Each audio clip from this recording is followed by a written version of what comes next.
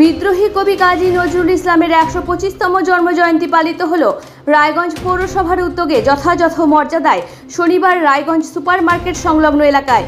বিদ্রোহী কবি কাজী নজরুল ইসলামের আবক্ষ মূর্তিতে পুষ্পার্ঘ্য নিবেদনের পাশাপাশি ওনার জীবনের বিভিন্ন দিক নিয়ে আলোচনা করেন উপস্থিত বিশিষ্টজনেরা।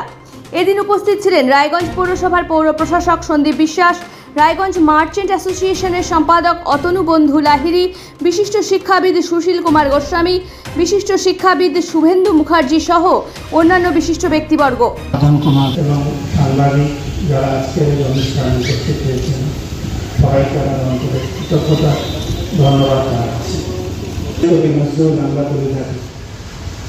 নজরুল আপামর বাঙালি তথা বিশ্বের যে সমস্ত মানুষ তাদের দেশকে ভালোবাসেন, আধ্যাত্মিক দ্বারা কাজ করে থাকেন, তার নজরুল ইসলাম, বিদ্রোহী কবি নজরুল ইসলাম তাদের কাছে অত্যন্ত শ্রদ্ধেয় একটি নাম। এবং শুধু আমার কবি কাজী নজরুল ইসলামের শৈশব অত্যন্ত কষ্টেই কেটেছে, আপনারা সবাই অবগত আছেন। উদ্যোগে কাজী নজরুল ইসলামের আজ ১২৫তম জন্মজয়ন্তী আমরা শ্রদ্ধাপূর্ণ উপায়ে পালন করেছি।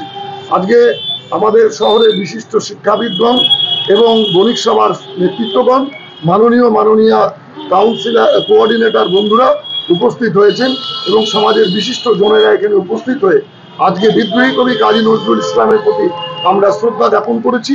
শ্রদ্ধাপূর্ণ বক্তব্যের মধ্যে দিয়ে আমরা এই অনুষ্ঠান পালন করেছি। আগামী দিনে সাম্প্রদায়িকতার বিরুদ্ধে লড়াইয়ের ক্ষেত্রে কাজী নজরুল ইসলাম যে বিশিষ্ট ভূমিকা পালন করেছেন, কবিগুরু রবীন্দ্রনাথ ঠাকুর এবং কবিরা মনীষীগণ তারা যে বিশিষ্ট ভূমিকা পালন করেছেন সেটাই হবে আমাদের পাথেয়। সেই দিকে আমরা এগিয়ে যাব, তাদের চিন্তাধারা, তাদের আদর্শকে পাথেয় করে।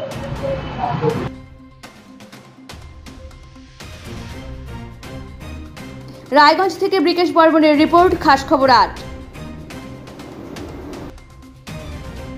এখন আপনিও রিপোর্টার, আপনার এলাকার যে কোনো খবর পাঠান এই নম্বরগুলোতে।